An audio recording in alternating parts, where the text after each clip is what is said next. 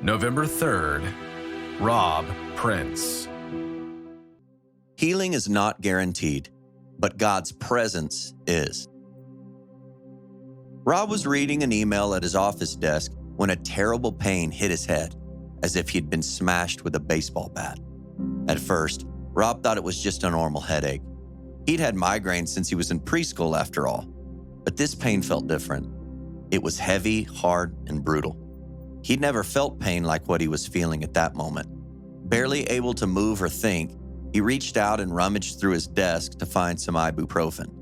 But after taking it, he started to realize that maybe what he was feeling wasn't a migraine. Maybe it was worse. Thoughts raced through his aching mind as he began to list what could possibly be wrong. Was it a stroke? An aneurysm? Something else he didn't know? He stumbled to the outer office and met his assistant, who looked at him in shock. She asked if he needed to go to the hospital, and he did. After arriving at the hospital, Rob lost consciousness and was out for 3 days. He heard whispers of possible brain surgery and being transferred to another hospital to help him, and he finally learned what was wrong. The doctors told Rob that he had bleeding in his brain, and many people who have this don't even survive the day.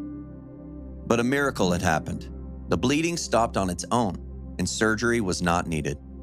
He was in the hospital about a week, able to return to work in only 3. But his miracle didn't end the way most people expected it would. His health did not go back to normal. Instead, his condition left him with chronic pain. The migraines that had been a nuisance in childhood suddenly became a dreaded companion. After the hemorrhage, Rob had a migraine that lasted 4 months with no relief at all. All he could do was go to work, survive the hours, and return home to only lie down in darkness and silence, hoping and praying for relief. The medications and injections weren't working. Relief was just a dream. How could he face another tomorrow of pain that just would not stop? He desperately turned to God. Where was he in all this suffering? What purpose could there be in finding no relief? Why didn't he just heal him? Having super strength has its perks around the house, like this. But my powers don't help me overcome my struggle with pornography. The problem with quitting porn is that it doesn't matter how strong you are. It won't work if you try alone. Go to covenanteyes.com today and sign up with their 30-day money-back guarantee. Being free of porn is worth it. Years after the hemorrhage, Rob finally found a medication that lessened his migraines. They weren't cured, but he no longer had them every day, just most days. Despite the continued lessened pain, Rob learned through his chronic pain how to empathize with others who suffered.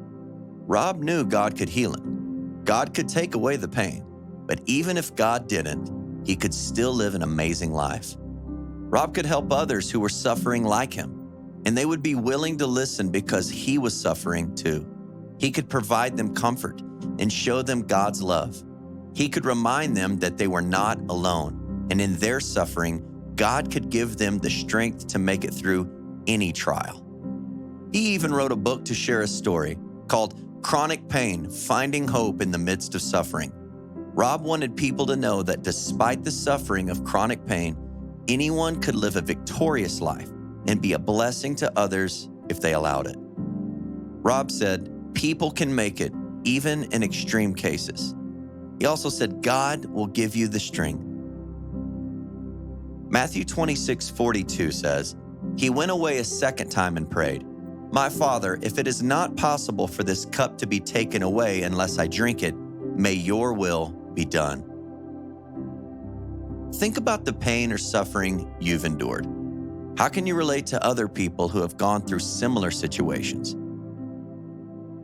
Healing is not guaranteed, but God's presence is.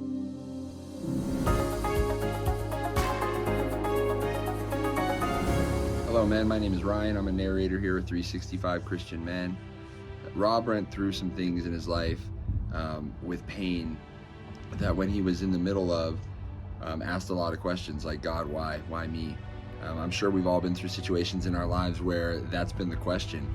But just like in his scenario and in my scenario and many other men that I know, you being through tough things in your life provides you credibility to speak into other people's lives during that time. So man, I would challenge you, after reading this story and thinking about the things that you've overcome and gone through that maybe were really hard at the time, but now you can look back on and have some credibility to speak into other people's lives. I would challenge you to find those people, and when you come into those situations, be willing to share and share what the Lord has done for you.